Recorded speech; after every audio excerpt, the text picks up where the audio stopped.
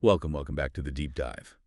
Today we're plunging into a topic that feels more relevant and honestly more overwhelming maybe Mm. than ever in our hyper-connected world. It really If you does. spend any time scrolling social media or, even just listen to a podcast, you know exactly what I'm talking about. Oh, yeah. Our digital landscape is just absolutely overflowing with spiritual content. You've got quick reels that promising instant enlightenment, Sure. deeply moving podcasts, those inspirational quotes everywhere, ancient mantras shared at like the speed of light. It's this vast, shimmering ocean of information Right, yeah. right at our Good fingertips. Sage Ocean, yeah. But here's the real question, the core question for you, our listener.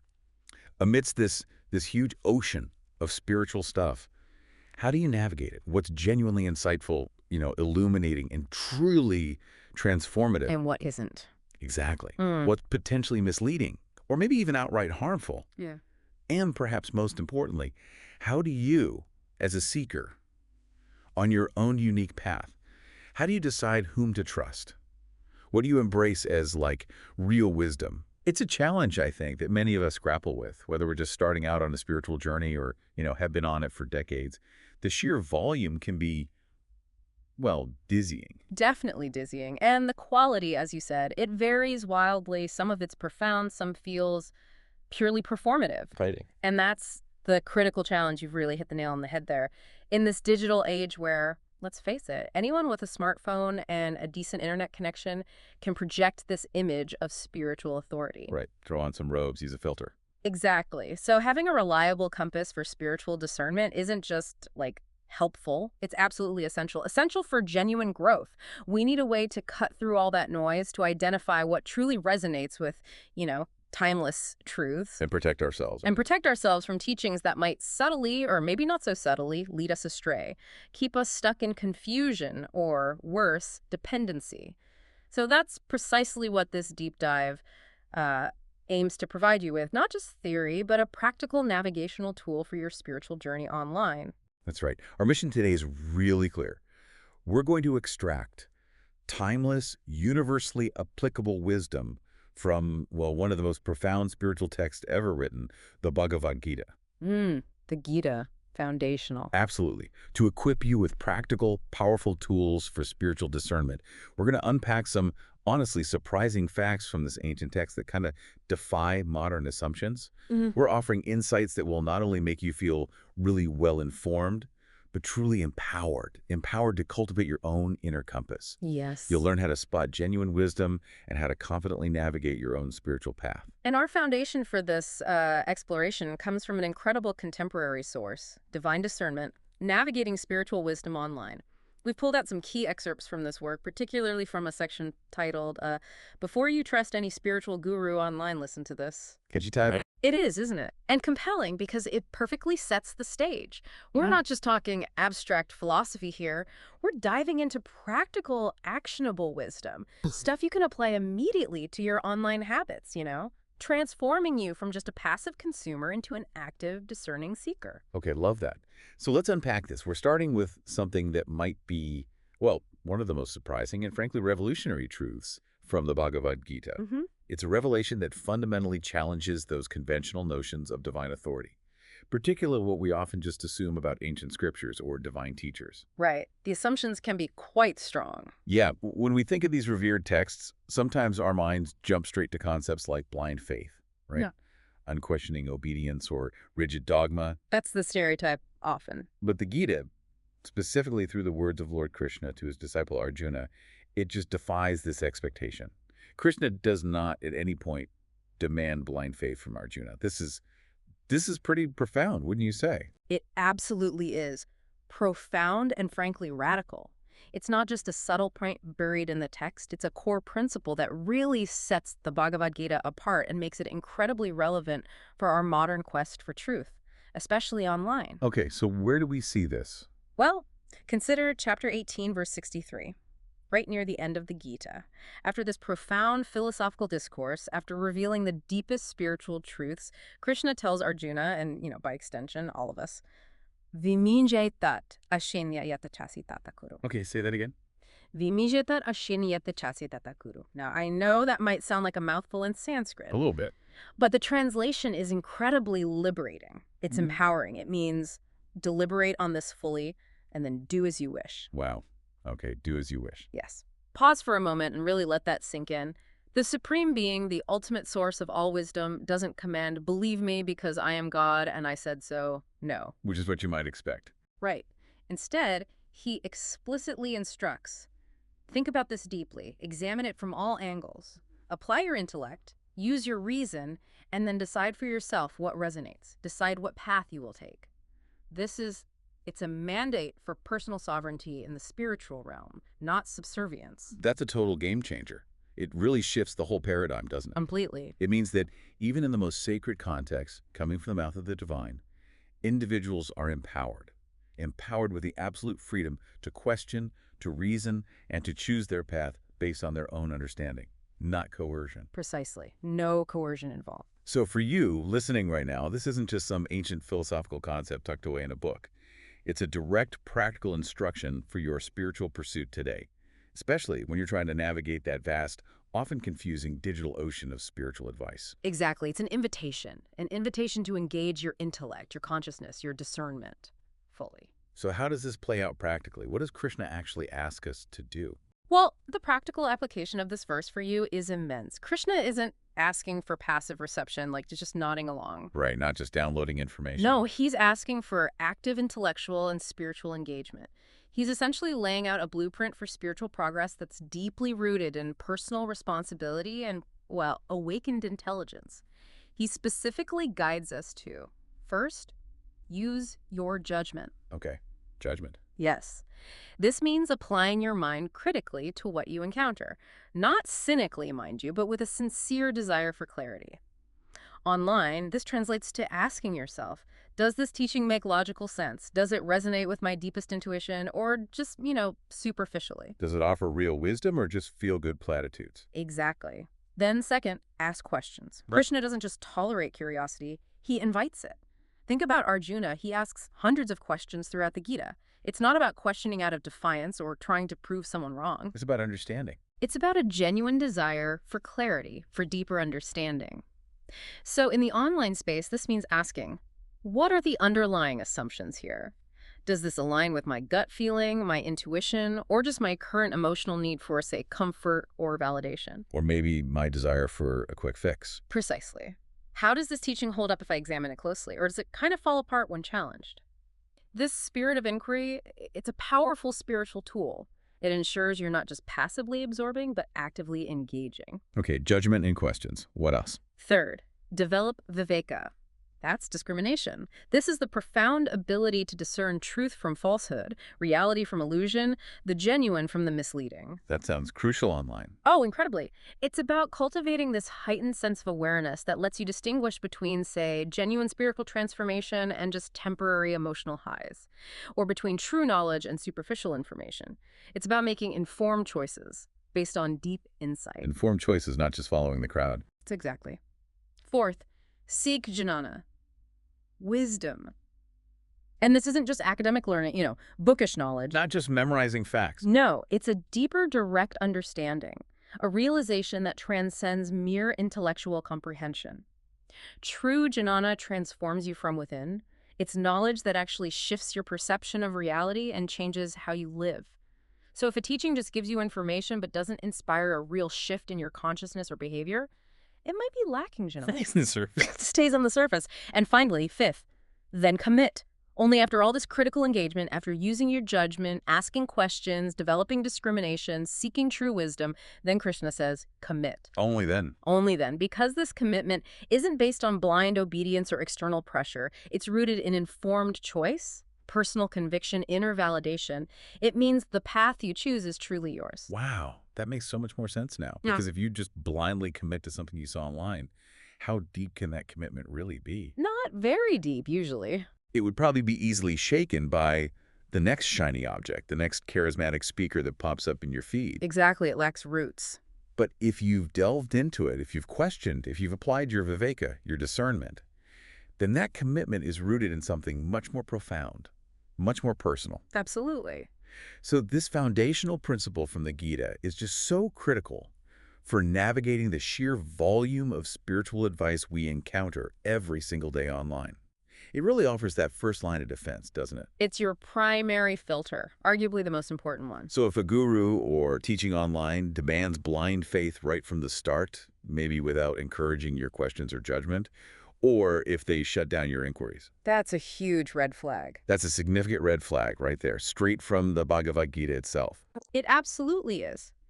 If the teaching you encounter doesn't encourage this internal process of deliberation and questioning, then it's already deviating from a fundamental principle of deep spiritual wisdom as the Gita presents it. This wisdom empowers you, the seeker.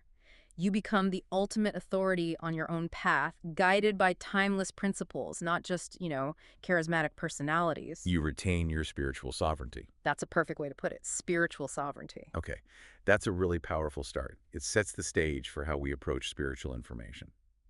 Now that we've talked about how to discern using judgment, asking questions, seeking wisdom, let's pivot a bit. Let's talk about what fundamental truths Krishna actually emphasizes in the Gita. Right. The core substance. Yeah, because if we know the bedrock principles, the core concepts of genuine spiritual insight, it becomes much easier to distinguish what our source material calls spiritual fluff from real transformative wisdom. It gives you a reference point. Exactly. It's like having a blueprint for reality itself, allowing you to instantly spot when something feels off. Yeah. Indeed. Lord Krishna doesn't just offer philosophical ideas, he lays out a comprehensive blueprint of existence, a kind of meta framework for understanding reality. And understanding these 5 core concepts he emphasizes is paramount because they form the foundation for understanding the universe and our place in it. Oh, So any spiritual content that either ignores these or contradicts them or maybe subtly distorts these fundamental truths, it's likely incomplete, superficial, or worse, potentially misleading no matter how appealing the packaging looks online. Okay, so let's get into these 5 major concepts. What are they and why are they so crucial for our discernment toolkit when we're scrolling? All right, first we have jiva, the individual soul. Jiva.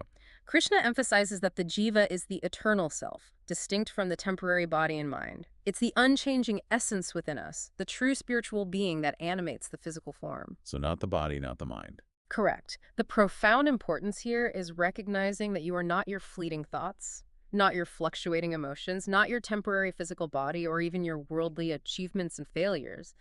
You are an eternal spiritual being, inherently full of consciousness and ultimately bliss. Okay, that's big. How does that apply online? Well, think about this. Consider online teachings that promise you manifestation of specific material desires. The new car, the perfect relationship, massive financial abundance as the pinnacle of spiritual success. Like, that's the ultimate sign of enlightenment. We see a lot of A that. lot of it. Yeah. Now, while our desires are part of being human and we all seek well-being, the insight from understanding Jiva is that if the spiritual journey becomes solely focused on accumulating and maintaining these fleeting external things, it fundamentally misunderstands who you are. Because you're not those things. You are not your possessions, your status, or even your temporary emotional state. The real power lies in connecting with the eternal jiva, which transcends all of that. So, if a guru online is constantly pushing you towards external acquisition as the goal of your spiritual practice, ask yourself, are they guiding you towards your eternal self, or just a more spiritualized version of material attachment and impermanence? That's a vital distinction. So if a teaching is all about manifesting your dream life through endless affirmations and it kind of stops there, it's likely missing the core understanding of Jiva, which is about who you fundamentally are beyond the material and temporary stuff. Exactly. It's focusing on the temporary shell, not the eternal resident. Then there's Paramatma. The super soul. Paramatma. Yep. This is described as the divine spark within every living being, the inner witness and guide. It's a universal aspect of the divine that resides within each of us, observing and guiding from within. It signifies the ultimate interconnectedness of all spiritual beings. The divine within. Yes. So, content that points you inward, encourages listening to your intuition, emphasizes universal interconnectedness and compassion for all beings that resonates with the concept of Paramatma. It's about recognizing that divine presence not just out there in some distant deity, but right here, inside yourself and others. And what should we be wary of related to Paramatma? Be cautious of teachings that promote excessive external guru worship to the exclusion of cultivating your own inner wisdom, or those that create an us versus them mentality, implying that only their followers have some special access to the divine connection. Paramatma is universal. Got it. Okay, Jiva, Paramatma. What's next? Next is Prakriti, material nature. Prakriti. Krishna explains that the material world, Prakriti, is inherently dynamic. It's always changing, always in flux. It's the realm of cause and effect, of birth, growth, maintenance, decay, destruction. Understanding Prakriti helps us grasp the fundamental impermanence of the physical realm and all its temporary manifestations. Why is that crucial online? Because so many online spiritual teachings seem to promise a life completely free of all problems, pain, or discomfort. Or they suggest that you can somehow exert absolute control over external circumstances just through spiritual means alone, like mind over matter in an absolute sense. The positive vibes only concept. Exactly. Yeah. Teachings that acknowledge this impermanence, that don't promise eternal happiness through material things, or that don't try to deny the reality of change, and yes, even suffering in the material world, those are closer to the truth of Prakriti. Understanding it helps us not get overly attached to fleeting experiences or outcomes. It fosters a healthy detachment. So, if a spiritual influencer is promising you a life totally free of all problems, all pain, perpetual bliss, if you just follow their method, Mm-hmm. they might be overlooking or maybe deliberately ignoring the fundamental nature of Prakriti, which is constant change and duality, joy and sorrow, gain and loss. That's a pretty significant oversight. It's a huge oversight, or perhaps a deliberate simplification for marketing purposes. The fourth concept is jnana, knowledge or wisdom. We touched on this earlier. We did. And again, this is knowledge, but not merely academic bookish learning. Not just information acquired through endless reading or watching videos. It's direct understanding, realization, a transformative insight that shifts your perception of reality from within. It changes you. It changes you. True jnana isn't about accumulating facts to show off or feeding intellectual pride. It's about internalizing truths so deeply that they change how you live, how you perceive yourself, how you interact with the world. So how does this filter online content? Well, spiritual content that fosters this kind of deep inquiry, self-reflection, and inner realization, rather than just spoon-feeding you information, asking for rote memorization, or promoting a sense of intellectual superiority. I know more Sanskrit than you do. That's aligning with the essence of jnana. It's about cultivating wisdom, not just accumulating data points or a list of spiritual buzzwords. Making it real, not just theoretical. Precisely. Finally, the fifth concept, kala, time. Kala. And this isn't just about seconds ticking by on a clock. In the Gita, kala is explained as the ultimate irresistible force of change, creation, and destruction. It's an inevitable, unstoppable force that governs all material things, from the tiniest atom to the biggest galaxies. Everything changes. Everything changes under the influence of time. Think of the constantly shifting landscape of online trends. Yesterday's viral spiritual teacher might be forgotten tomorrow. Or consider the rise and fall of seemingly unshakable empires or giant corporations. Kala highlights the absolute impermanence of everything in the material world. So how does that relate to online spirituality? When you encounter spiritual content that promises to somehow freeze your happiness or manifest permanent freedom from all material discomfort, or implies you can escape the cycles of time through certain practices, it's fundamentally misrepresenting Kala. True spiritual wisdom helps you embrace this relentless flow, not resist it. It allows you to live fully in the present moment without clinging desperately to the past or obsessively trying to control an unpredictable future. Wow. Okay. So Jiva, Paramatma, Prakriti, Jnana, Kala. These 5 concepts really form a powerful lens. They do. So when you're consuming spiritual content online, a quick reel, a YouTube video, a long podcast like this one, you can use these 5 concepts as a kind of spiritual filter. Absolutely a checklist. Yeah. Does it acknowledge the soul's eternity, Jiva, beyond the body and mind? Does it speak to the inner divine and universal connection, Paramatma? Does it understand and teach about the changing nature of the material world, Prakriti? Does it lead to real transformative knowledge, Jnana, not just intellectual concepts? And does it recognize the undeniable power of time, Kala? If a piece of content deviates significantly from these or completely ignores them, it might be that spiritual fluff we talked about, or maybe something genuinely misleading. Exactly. It's about aligning with these fundamental eternal truths to gain deeper, lasting insight, rather than getting caught up in something superficial or ultimately unhelpful. These aren't just abstract ideas, they are the very fabric of genuine spiritual insight as presented in the Bhagavad Gita. They're the building blocks of spiritual reality. So ask yourself, Yeah. is this teaching fundamentally consistent with these 5 realities? Yes, Does it deepen my understanding of them, or does it try to somehow circumvent them, dilute them, or even deny them? This simple exercise in discernment will help you filter out a lot of the noise online and focus on what truly offers lasting, transformative value instead of just temporary comfort or fleeting entertainment. Which is what we're really after, right? Transformation, not just Set entertainment. the goal. And speaking of filters, that leads us perfectly into our next section. This provides another incredible lens for discernment. We've talked about filtering content based on these timeless truths of existence. But how do we assess the energy or the intention behind the content itself? And maybe more importantly, how it impacts us? The gunas. Yeah. Exactly. The Gita provides another profound framework for this. The concept of the three gunas. These are fundamental qualities of nature, tamas, rajas, and sattva. And what's truly surprising, I think, is how they apply not just to people or actions, but incredibly to spiritual content itself, podcasts, reels, teachings, even the whole vibe of an online community. It's an incredibly powerful framework for practical day-to-day discernment because the gunas aren't just moral judgments, like good or bad. They're descriptions of energetic qualities, vibrations, if you will, that permeate everything in the material world, including information and teachings. Okay?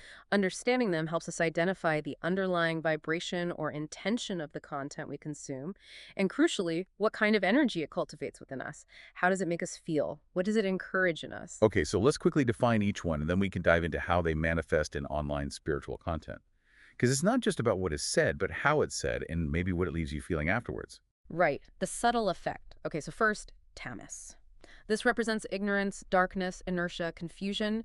It's heavy, sluggish, often characterized by apathy, laziness, stagnation, or just a profound lack of clarity or understanding. Think of it as a dense fog obscuring reality. Heavy, foggy. Got it. That rajas. This is passion, activity, ego, restlessness. It's dynamic, driven, often ambitious, but it can easily lead to agitation, attachment, greed, competition, and endless striving without peace. Imagine a churning, restless ocean. Active, driven, but potentially agitated. Okay. And finally, sattva. This signifies purity, clarity, harmony, goodness, light. It's light, peaceful, balanced, expansive, and conducive to wisdom, inner balance, compassion, and genuine insight. This is like a calm, clear, reflecting lake. Clear, calm, peaceful. Mm. Okay, tamas, rajas, sattva. Fog, ocean, lake. How do these play out when we're scrolling through our feeds? Let's start with tamasic content. What does that look like in the spiritual online world, and why is it so, well, dangerous? Tamasic content is often characterized by a profound lack of genuine insight, even if it uses spiritual jargon or ancient terms. It's the kind of stuff that promises, instant enlightenment, quick fixes, spiritual shortcuts without any real effort. Nirvana in 3 easy steps. Exactly. Or manifest your wildest dreams overnight without lifting a finger or changing your internal state.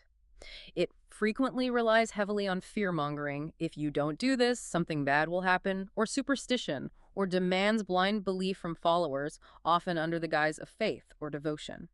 Don't question, just believe. Precisely. It might tell you that if you don't follow their specific, often convoluted method, or if you dare to question their authority, you'll face negative consequences, spiritual retribution, bad karma, failure, missing out. And most dangerously, tamasic content actively discourages independent thought. It promotes unquestioning obedience to a single figure or doctrine. So it actively tells you not to use the discernment Krishna advised. Directly contradicts it. It says things like, don't think, just believe, or your doubts are a sign of spiritual weakness and will hinder your progress. This kind of content leaves you feeling more confused, perhaps fearful, certainly not empowered to think for yourself, and potentially trapped in a cycle of dependency. It literally keeps you in the dark, in ignorance. That sounds like a spiritual dead end. It traps you in dependency and fear rather than leading towards liberation or clarity. Completely. It's stagnation masked as spirituality. Okay, what about rajasic content? That churning ocean energy. Where do we see that passion, ego, and restlessness manifesting in the spiritual online space? Rajasic content, this is often very energetic, very charismatic, seemingly quite appealing on the surface. But it primarily caters to the ego or promises material gains disguised as spiritual success. The spirituality for success angle. Exactly. This is where you find teachings promoting spirituality as a success strategy. How to use spiritual principles mainly to accumulate wealth, fame, power, or status in the material world. You'll see slogans like spirituality for the millionaire mindset. Right. It often focuses on self-aggrandizement, promising you spiritual superiority if you follow a certain path or achieve specific spiritual milestones, becoming a master manifester or a high-vibration guru. It encourages attachment to charismatic figures, positioning them as the sole gatekeepers to truth, making you dependent again in a different way. Yes, dependent on the figure's charisma or validation. Or attachment to external rituals and practices presented as the only way to devotion rather than emphasizing inner transformation. This content fosters restlessness. It keeps you constantly seeking external validation, new spiritual hacks, exciting peak experiences, without truly grounding you in inner peace or sustained spiritual growth. Always chasing the next thing. Always chasing the next thing, the next spiritual high, never truly satisfied, always looking outwards. So it's all about the outward show, personal gain, chasing external validation, all kind of dressed up as spiritual progress. It sounds like a spiritual treadmill keeps you busy, maybe feeling like you're doing something, but not necessarily moving you inward towards peace. That's a perfect analogy, a spiritual treadmill. Lots of motion, maybe not much progress inward. Okay, finally, what does sattvic content look like? How can we identify that purity, clarity, and true harmony, the calm lake? Sattvic content is genuinely transformative. It's profoundly uplifting in a sustainable way. It encourages authentic inner transformation, emphasizing deep self-reflection, introspection, and genuine personal growth, rather than just external performance or appearance. Focus on the inner work. Exactly. It inspires clarity, compassion, and deep inquiry into yourself and the world. It prompts you to ask profound questions and seek answers from within, trusting and developing your own inner wisdom. This kind of content connects you, the listener, to deeper eternal truths rather than just fleeting emotions, superficial experiences, or purely material desires. It goes beyond the temporary. Yes, it promotes understanding, sustained inner peace, and often selfless action for the benefit of others. Importantly, it never tells you to stop thinking. Instead, it provides tools, frameworks, perspectives to help you think more clearly, more expansively, more deeply. It supports the discernment process. Absolutely, it encourages it. When you consume sattvic content, you typically feel a sense of profound peace afterwards, maybe inner expansion, clarity, genuine upliftment. It makes you feel more connected to your true self, more aware, more at peace with yourself and the world, and it genuinely empowers your own inner wisdom to grow. That's a really clear distinction, and wow, what a powerful framework. And it brings us to a direct, incredibly important question for you, our listener, to really consider. What kind of content are you consuming online? Take an honest look. Yeah, when you scroll or listen, when you engage with spiritual teachings, what qualities does it feed in you? Does it leave you feeling truly empowered and clear? Or maybe confused, fearful, agitated, restless, or dependent? Your internal response is your most immediate and honestly most accurate feedback mechanism.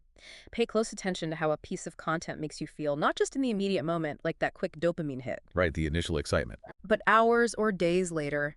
What's the lingering effect? And critically, pay attention to what it inspires you to do. Does it make you want to delve deeper within yourself to cultivate inner peace and understanding? Or does it make you want to blindly follow someone else's external path, constantly seek new external experiences, or chase after those fleeting material promises? Your inner experience, your honest inner feeling is the ultimate barometer. That's such a crucial point. Because today, as we've said, it's incredibly easy for anyone to project that image of spiritual authority online. So easy. You can put on the saffron robes, speak some Sanskrit shlokas, phrases or verses, or even just use a fancy filter to look kind of divine or otherworldly. The glow filter. Totally. And suddenly they can become an influencer guru with thousands, maybe millions of followers, seemingly commanding immense spiritual authority. But here's the critical question that the Gita helps us answer. Yeah. Where does real spirituality lie? Is it in the aesthetics, the follower count, the eloquent speeches, or something much, much deeper? It's an illusion that can be incredibly convincing, that online persona, because it taps into our innate, genuine desire for guidance and wisdom. We are looking for truth. Right. However, the Gita teaches us repeatedly, in various ways, that outward appearance is almost never the true measure of spiritual depth or authenticity. Genuine spirituality isn't about how someone looks, how many followers they have, how eloquently they speak, or how grand their pronouncements sound. It's about the underlying substance, the intention, and the actual transformative impact it has on the seeker's inner being. Inner transformation, not external performance. Exactly. That's the core of it. So what are the true, maybe more verifiable indicators of authentic spiritual teaching based on these Gita principles? What should we be looking for beyond the dazzling digital facade that anyone can construct online? Okay, great question. Firstly, we must consider the intention behind the message. This is perhaps the most subtle, yet maybe the most critical indicator. Intention. Is the speaker primarily motivated by fame, by personal profit, by building a massive personal brand or empire? Or is there a genuine, selfless desire for the upliftment and liberation of others? An authentic teacher's primary intention is selfless service seva, as the Gita calls it, to share wisdom for the benefit of all, without attachment to personal gain or recognition. How can you tell, though? That seems hard to judge from the outside. It can be subtle, absolutely, but often their actions over time, their demeanor, their response to criticism or challenges, their humility or lack thereof, and the way they handle contributions or their own lifestyle choices. These things can reveal their true intentions eventually. Ask yourself, are they constantly pointing to themselves, their achievements, their specialness, or are they pointing beyond themselves to the universal truth empowering you? That's a good distinction. What's the second indicator? Secondly, we need to examine the consistency of their teachings with established, timeless scriptures and spiritual traditions. Do their teachings align with foundational, widely accepted spiritual texts like the Bhagavad Gita, the Upanishads, or other profound, historically validated wisdom traditions from around the world? Or is it something completely new they just made up? Exactly.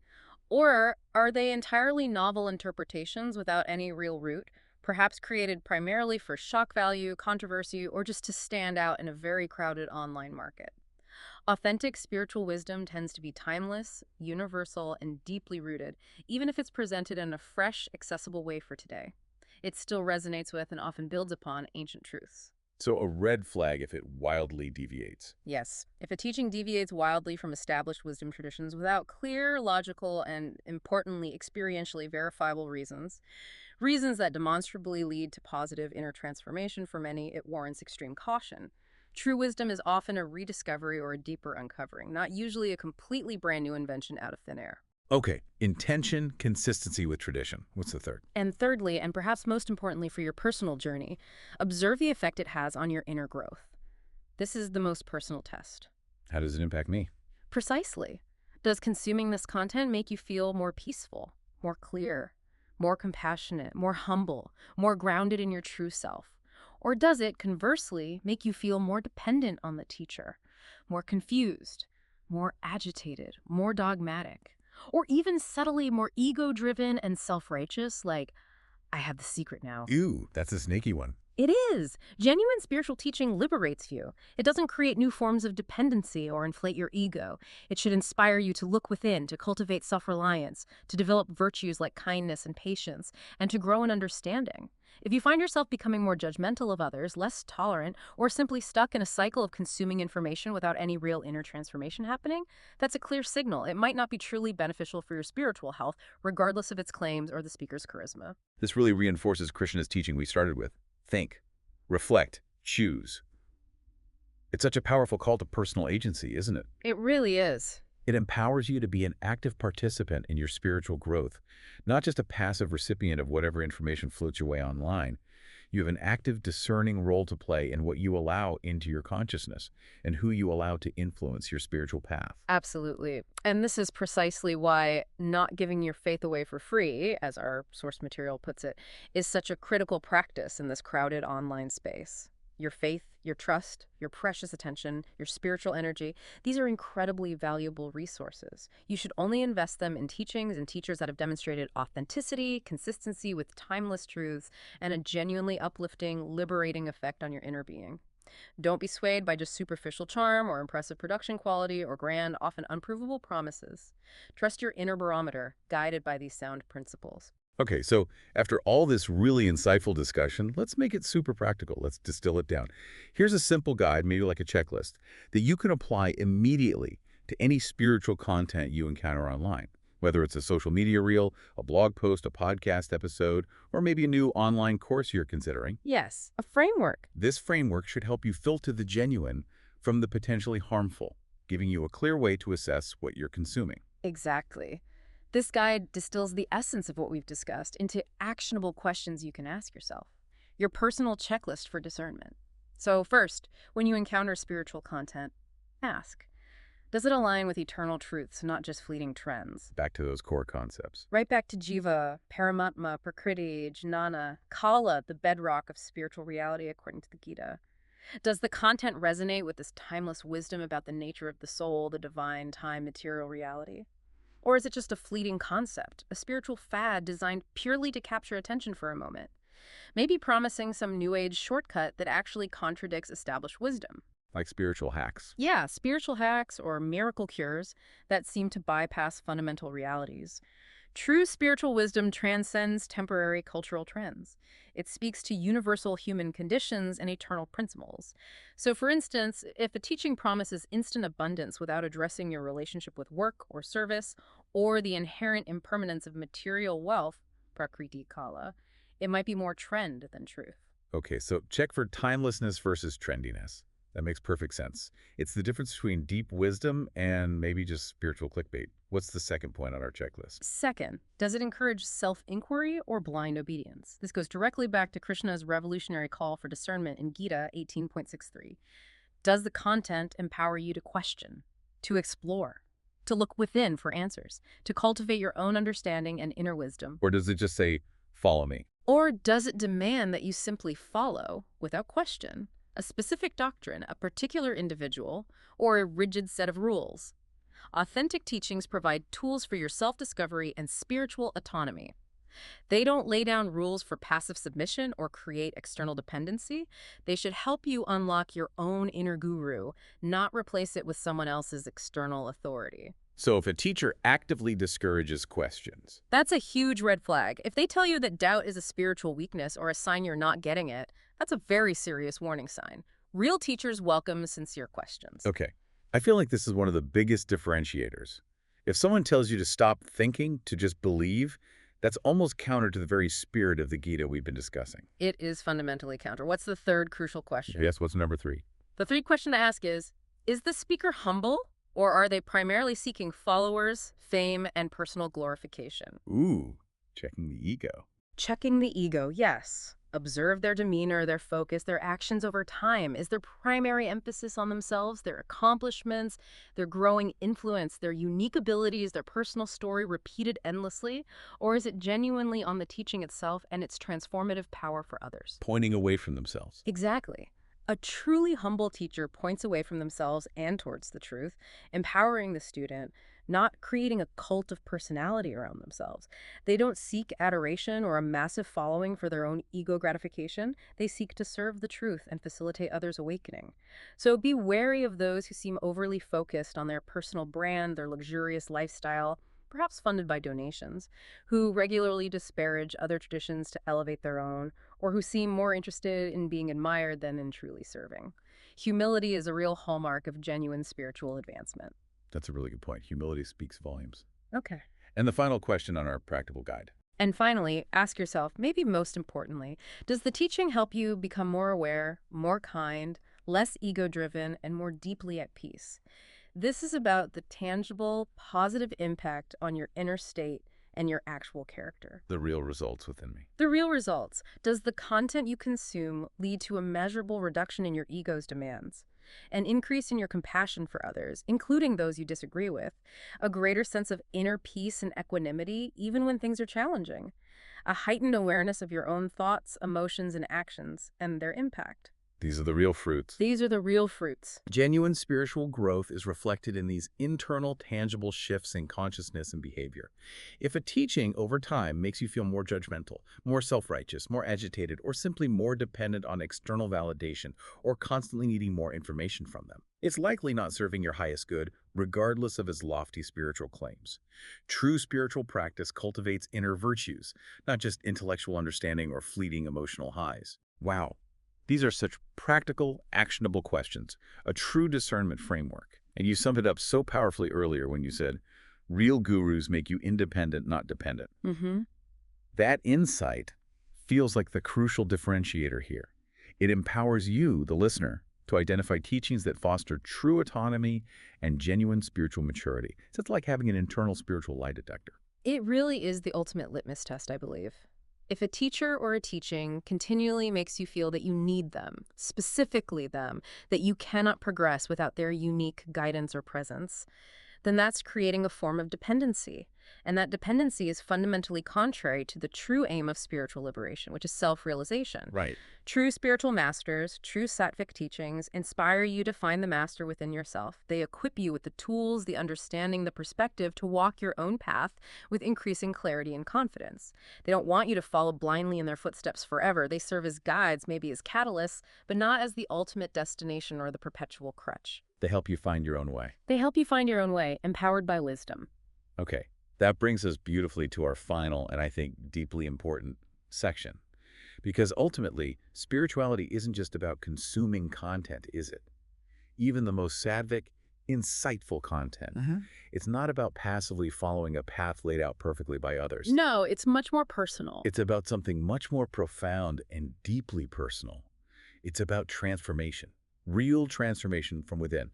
It's not passive consumption, and it's certainly not just, spiritual entertainment for your mind or emotions. It's easy to fall into that trap, though, spiritual entertainment. So easy. But we all possess what you referred to earlier as this innate divine intelligence, right? Yeah. This spark within.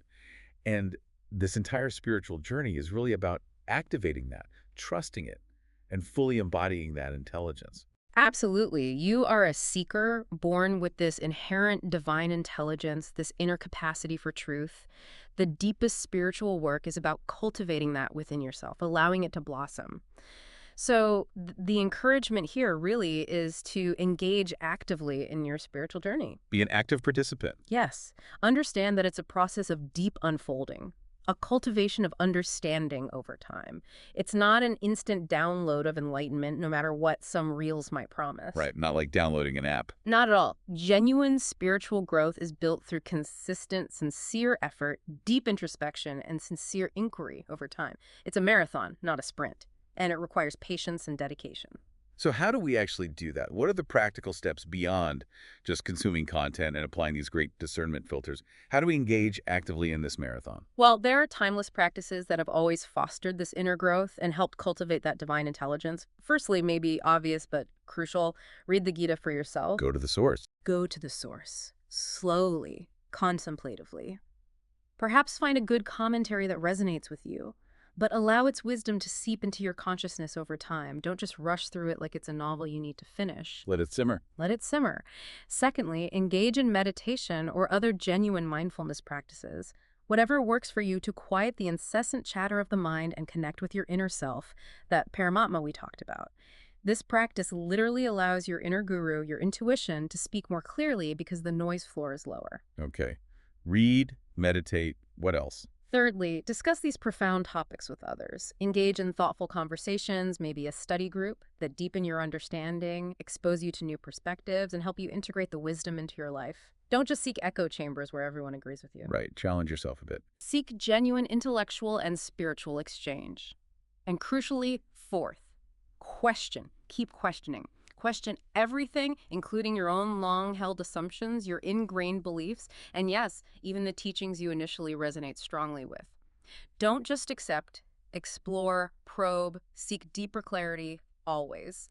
This active engagement is absolutely vital. That questioning part keeps coming back. It's key. It's central. And flowing from this, we must caution against that pervasive modern habit of jumping from reel to reel or from one spiritual trend to the next without ever truly integrating anything. Spiritual window shopping. Exactly. Spiritual window shopping. This superficial approach prevents any deep growth because it never allows you to settle, to integrate, to truly embody the wisdom you encounter. It just keeps you on the surface, always seeking the next external stimulation, the next quick hit, which ultimately leads to spiritual confusion and, frankly, burnout or fatigue. You never put down roots anywhere. Never put down roots. Instead, the powerful concept here is going inward. Cultivate your own understanding by dedicating real time to introspection, to periods of silence, to self-reflection, and to consistent spiritual practice, whatever that looks like for you. Make space for it. Make space for it. Because when you commit to this internal work, something truly profound happens. Your own inner guru, your own intuition guided by wisdom will start speaking louder, more clearly than any outer voice, no matter how loud or famous that outer voice is. Wow. This empowers true self-reliance in spiritual matters. It allows your deepest intuitive wisdom, informed by genuine understanding, to become your primary guide. It's about trusting that you have the inherent capacity within you to discern, to understand, and to navigate your own spiritual path with increasing clarity, conviction, and inner peace. That is such a powerful culmination of everything we've discussed today. This really shifts the focus, doesn't it? From potentially idolizing external teachers, no matter how charismatic, to recognizing and trusting the ultimate inner teacher that resides within each of us. That's the goal, the empowerment of the inner guide. And it leads us perfectly into our recap and call to action. Because the central message, really, of this entire deep dive has been the paramount importance of deep inquiry and personal discernment. It's a message echoed throughout spiritual history and, as we saw, demonstrated so vividly in the Bhagavad Gita itself. Just consider the Mahabharata, the epic story where the Gita is found. Arjuna, the disciple, the seeker. He didn't just passively listen to Krishna's profound discourse. He wasn't just nodding along politely. Not at all. He asked, reportedly, over 100 questions throughout their dialogue. He didn't just accept, he probed, he questioned, he sought clarification from every single angle until he achieved clarity for himself. That is the very spirit we encourage in you, listening now. You the same. Do the same. Question, explore, deliberate, reflect, until the truth resonates deeply within you in your own experience and understanding. That's right. Before you trust a guru, a reel, a podcast, or even a scripture, engage with it, understand it. Don't just take it at face value or allow a charismatic personality or millions of followers to override your own innate wisdom and discernment. And this brings us to another profound piece of wisdom from Krishna in the Gita, from chapter 434, which perfectly encapsulates this entire journey of discernment and spiritual growth. Tadvidi prachapatna pariprashena savaya. Beautiful verse.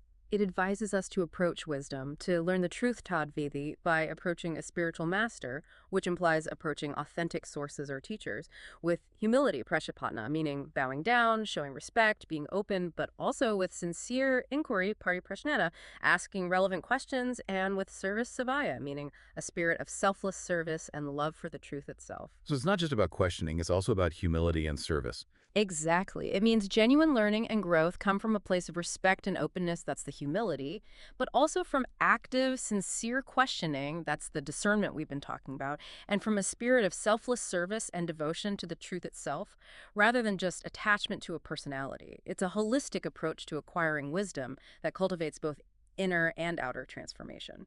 So to synthesize all of this for you, our listener, Yeah. the next time you're scrolling through your feed, the next time you hear someone speak about God or truth or enlightenment online, the next time a spiritual teaching pops up on your screen, pause. Just pause, breathe. Take a deep breath. Reflect deeply on what's being said. Use the tools we've discussed today. Remember the Gita's revolutionary call for free inquiry. Remember the 5 core concepts of existence, the 3 gunas as a filter, and that practical guide, those 4 questions for discernment. Keep them in your mental toolkit. Exactly. And then, with your awakened intuition and your discerning intellect, actively choose. Because what you choose to embrace, what you choose to believe and integrate, truly shapes your inner world. Because ultimately, spirituality isn't about what you're told. It's about what awakens within you. It's about your personal journey of discovery, transformation, and the blossoming of your own innate divine intelligence. It's about igniting your own inner light rather than simply reflecting someone else's. Thank you so much for joining us on this vital deep dive into navigating spiritual wisdom online. We sincerely hope this empowers you to walk your spiritual path with greater wisdom, confidence, and profound discernment. Until next time, keep seeking, keep questioning, and keep growing from within.